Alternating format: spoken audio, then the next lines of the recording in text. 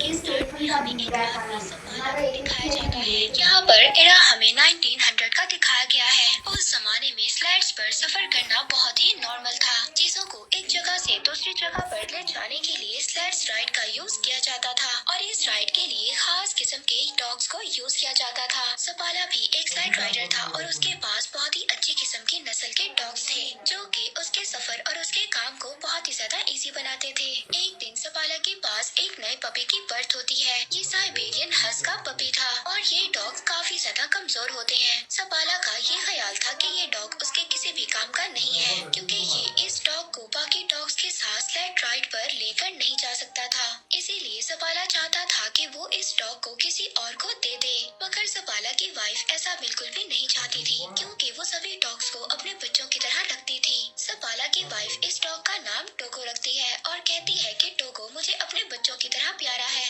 ये सभी डॉग्स मेरे दिल के बहुत ज्यादा करीब हैं और मैं इनमें से किसी को भी अपने से दूर नहीं करना चाहती। अपने बच्चों की तरह रखती थी। सपाला की वाइफ इस डॉग का नाम टोगो रखती है और कहती है कि टोगो मुझे अपने बच्चों की तरह प्यारा है। ये सभी डॉग्स मेरे दिल के बहुत ज्यादा करीब हैं और मैं इनमें से किसी को भी अपने से दूर नहीं करना चाहती। हमें टोगो को एक मौका देना चाहिए। वैसे भी अभी ये बहुत छोटा है, हमें इतनी जल्दी इसके बारे में कोई भी कंक्लूजन नहीं निकालना चाहिए। अब सपाला ऐसा चाहता तो नहीं था मगर फिर भी वो अपनी वाइफ की बात को मानता है। अब जैसे जैसे वक्त गुजर रहा था टोगो बड़ा हो रहा था, लेकिन टोगो काफी ज्यादा शैतान था और उसने सपाला के नाक में दम कर रखा था। सपाला की वाइफ हमेशा सपाला से यही कहती थी कि वो टोगो को अपने साथ स्लेड राइड पर लेकर जाए, मगर सपाला अपनी वाइफ से यही कहता है कि टोगो अभी बहुत ज्यादा वीक है और ये स्लेड राइड पर सरवाइव नहीं कर सकता। सपाला अब एक दिन टोगो को अपने फ्रेंड को दे आता है, मगर सपाला की वाइफ ये जानती थी कि टोगो जितना ज्यादा शैतान है उसको कोई भी नहीं रख सकता